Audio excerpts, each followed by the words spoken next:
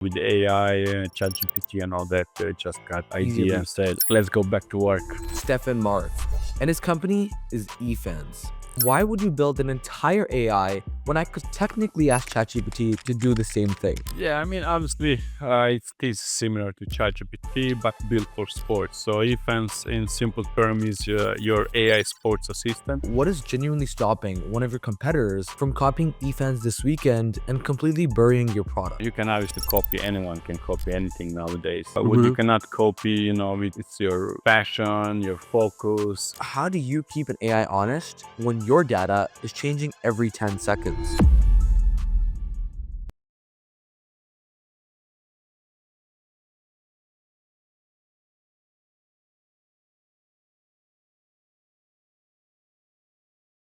In 2007, this guy built an entire social network for all sports fans.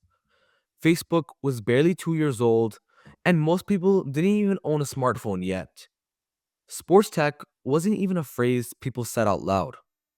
So, by his own telling, it was the first of its kind. And then it didn't exactly become the giant. But now, fast forward almost 20 years later, same guy with the same obsession, sports fans. Except this time, he's built what he calls the ChatGPT, but for sports. Ask it anything, a score, a stat, a transfer. Who wins between Prime Federer and Prime Nadal? And it fires back in seconds. His name is Stephan Marc, and his company is eFans. So here's what I keep coming back to. What makes someone bet on the exact same idea twice across 2 whole decades after the first version doesn't exactly take off? Because that's not really a sports story, it's more of a founder story.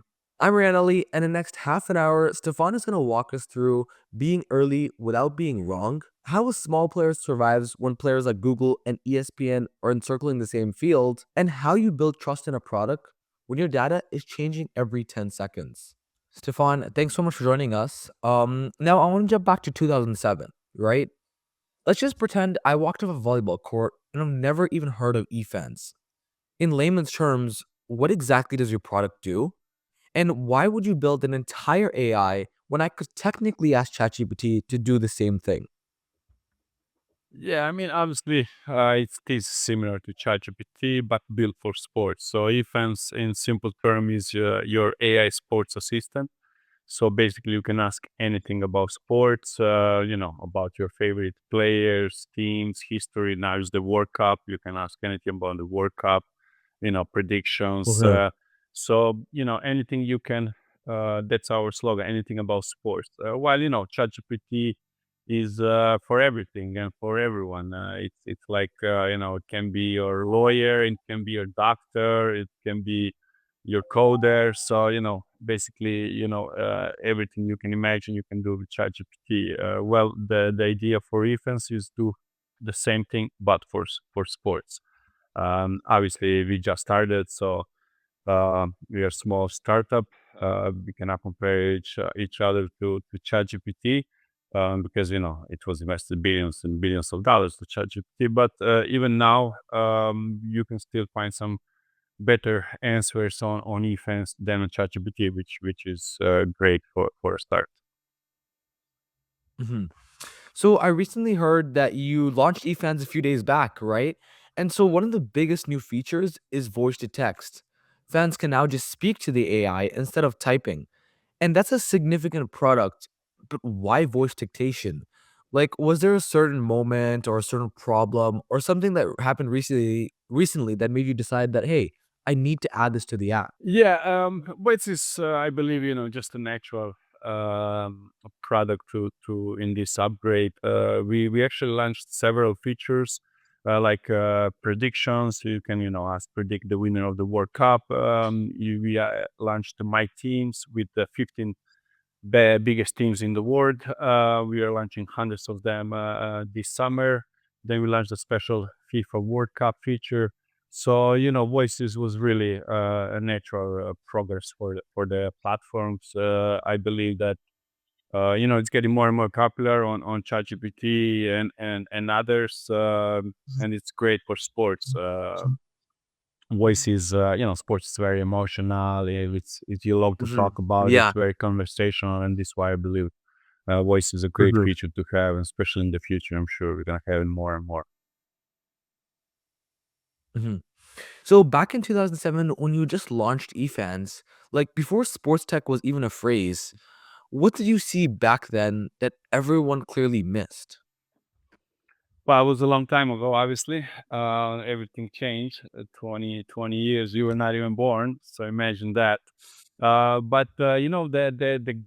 great thing about this story about defense is that pretty much the vision is the same, connecting fans worldwide with their favorite teams and athletes. So pretty much the vision, the mission is the same. Obviously, everything changed with AI. And of course, back then, was everything was much more expensive than today. Just Mhm. to build an MVP, to build a product, a platform to test, you need tens of thousands of dollars. Exactly. Yeah. So it was a difficult time, and of course, it was a boom of Facebook, Instagram, Twitter, and all that. So Mhm. every single Yeah, they athlete were just went like went to real those. Yeah, they bunch. went to those platforms. So it was very hard. But in all these years, I never stopped working on defense because I believe that there's still opportunity for sports apps, and now it's getting more and more. The sports tech world is getting more and more popular. Definitely. Yeah, definitely. So you said eFans was basically the first social network for sports fans in 2007, and it didn't exactly become the giant at that time, but almost 20 years later, you're willing to bet on sports fans again.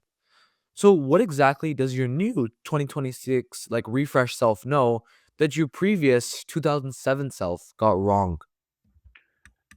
Nice question. I mean, of course, I was young, fresh out of college, and with a big dream and a big idea, and uh, and trust me, at that time, I was sure that's enough, But then, with time, with years, with experience, you understand that having a big idea, uh, having a big vision, it's just the beginning, and that's what happened to me. Mhm. And again, the biggest difference, what I see today and back then, it's this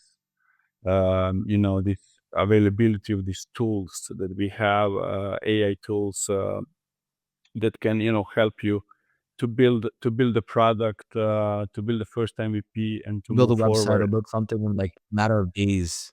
Yes, it's true, and Mhm. before that, you needed months and months. You need a lot of developers, engineers, designers to just develop your idea, Build like your a little sketch. website. Yes, and Mhm. today with Yeah, Lovable and these kind of tools, it's much easier. with Claude, exactly.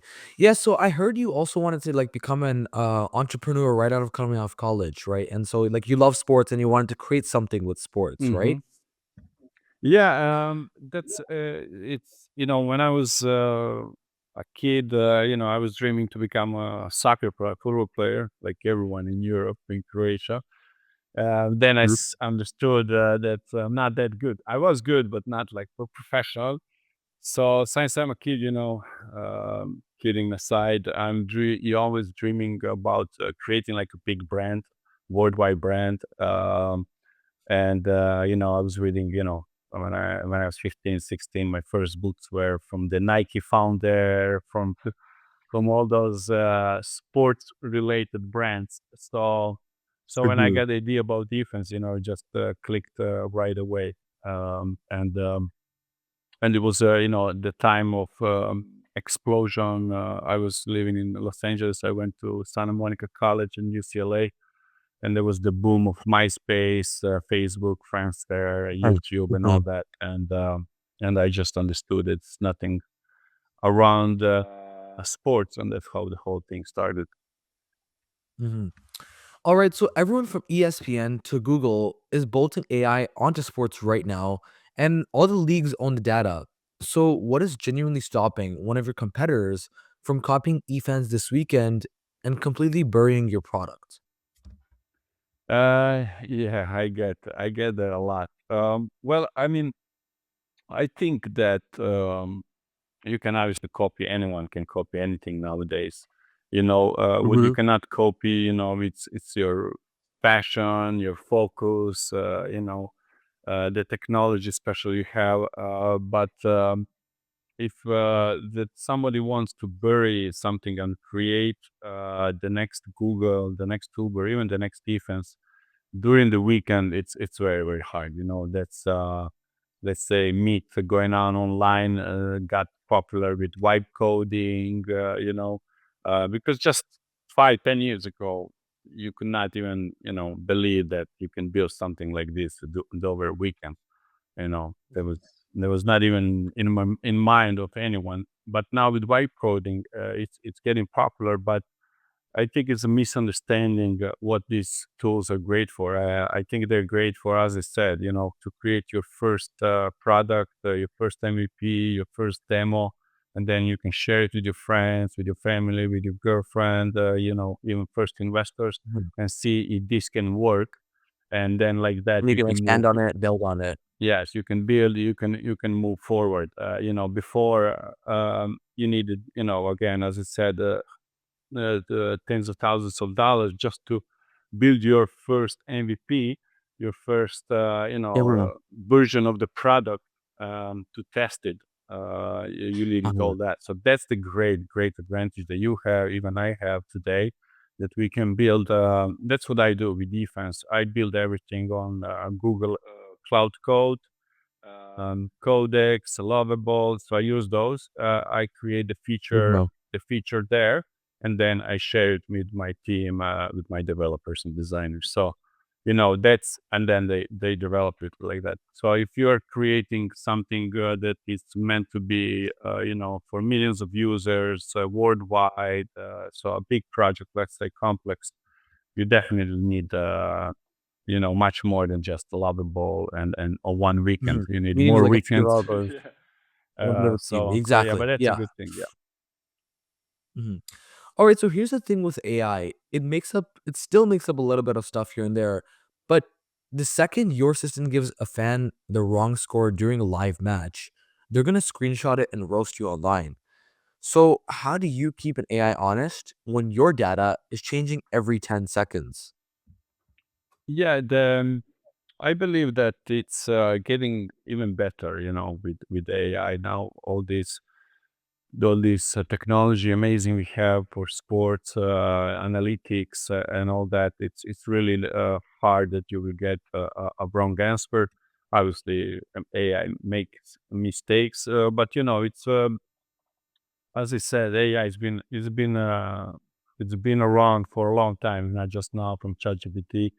So we have seen it and we have used it in sports for many many years. It was just not that popular. It was not mainstream. But and now I believe it's already done to the perfections, and I believe in the future it's going to even more improve. So, but I'm sure that it's going to be, you will not get the wrong answer for the scores of Lakers last night.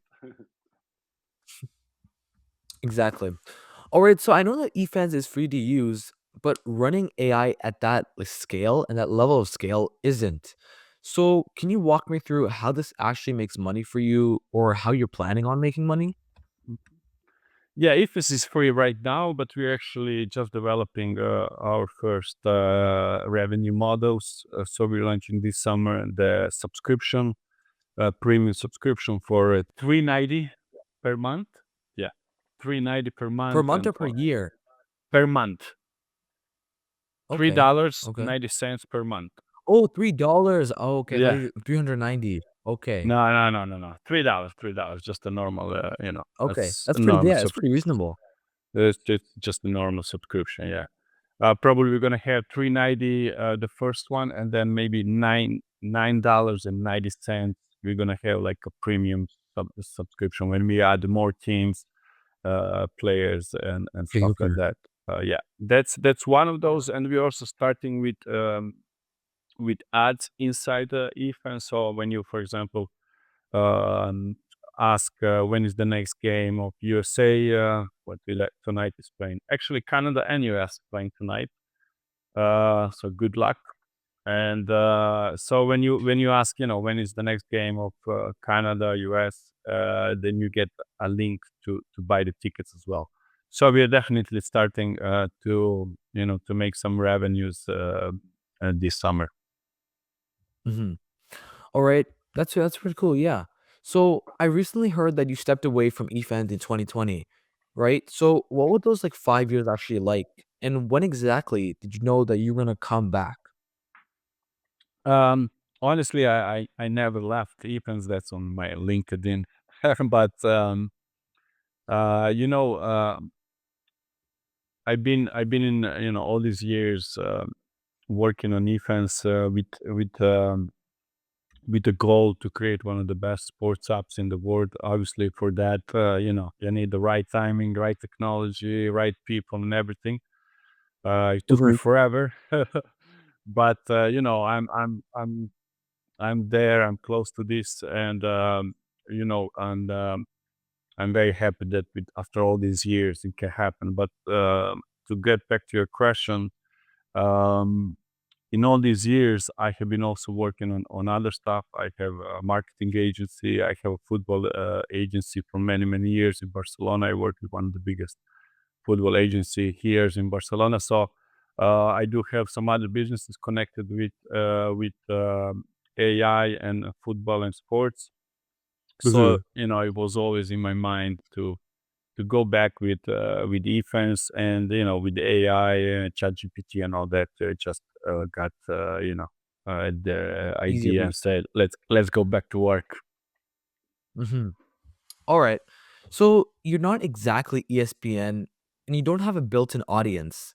So how did you actually get those first real customers or first real users to walk through the door? Yeah, the first users are not that how you say glamorous to get, but they're very very important. We do great actually on social media. So we Mhm. launched, TikTok. We're doing great. Yesterday we had a post about World Cup, and it's more than 3,000 likes, and I don't know, 30,000 views. So we're doing great on Facebook and on Instagram. On Facebook we had like 3 million views in last month. So social It's media, pretty yeah. all organic for now. So we what we're looking for funding right now, seed funding. So if we get that, then we will invest in ads as well, and then we expect even better growth Mhm. and more. But yeah, this is pretty much how you get your first user. Social media, it's great for that. Mhm. All right, so I want to end the convo with this question. For the 16-year-old who's obsessed with sports and secretly wants to build something, what is one thing that you recommend that they start doing and implementing this week? Yeah, start as they say, documenting everything. I know it's famous thing to say online, but that's what it is. It's really true. I give you a LinkedIn example, my LinkedIn, because I'm also like didn't post always because of different reasons, but I had like 5,000 followers on LinkedIn for like 15 years. And I started to post regularly last year, and I'm already almost on 18,000, all organic. Wow. So definitely works. Start posting, Yours. even on your social media. If you love sports, if you want to work on sports, start documenting, go to games, and start to create your community. And I'm sure you will be fine. I wish I never stopped doing it. 20 years ago when I started, I would be probably the most followed guy on LinkedIn for sure. But that that's what you learn. That's what you can learn from me You and live and from you my learn. mistakes. Exactly. Mhm. All right, Stephen, thank you so much for your answers. And Thank you. I really appreciate you being here today. Yep, sorry. Thank you very much for having me. I really Thank you. appreciate it. All right, so what you're building today is a bet that eFans will eventually ask a sports question the way they ask a friend. And the company that nails that first is going to own something huge. So here are my 3 takeaways from today's conversation. Number 1, being early isn't the same as being right. Stephen was the first in 2007, and he still didn't win because the timing only counts when the tech, the behavior, and the distribution is ready to meet you there.